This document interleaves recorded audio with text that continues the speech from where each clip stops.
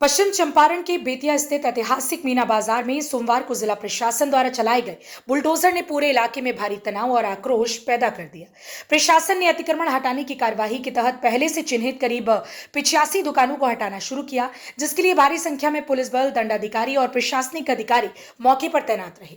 Bulldozer चलते ही बाजार में अफरा तफरी मच गई और दुकानदार अपने सामान को बचाने के लिए इधर उधर भागते नजर आए।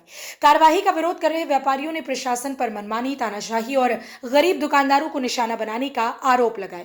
उनका कहना है कि कई दुकानों के संबंध में पटना हाई कोर्ट से स्थगन आदेश प्राप्त था और कुछ मामलों की अगली सुनवाई 13 अगस्त को निर्धारित थी।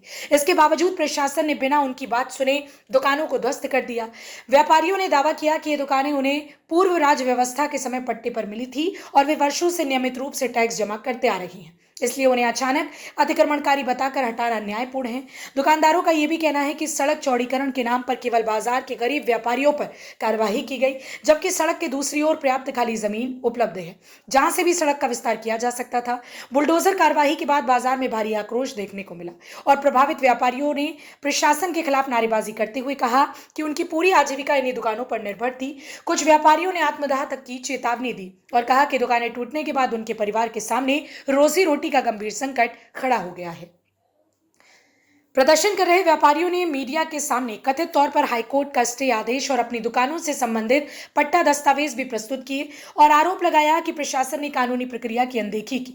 उन्होंने यह भी कहा कि प्रभावित दुकानदारों में विभिन्न राजनीतिक दलों से जुड़े लोग शामिल हैं, फिर भी किसी से बातचीत किए बिना एक तरफा कार्यवाही की गई। फिलहाल मीना बाजार क्षेत्र में स्थिति तनावपूर्ण बनी हुई है और किसी भी अप्रिय घटना से निपटने के लिए भारी संख्या में पुलिस बल तैनात है, जबकि स्थानीय लोग प्रशासन की कार्यवाही और हाईकोर्ट में होने वाली अगली सुनवाई पर नजर बनाए हुए हैं।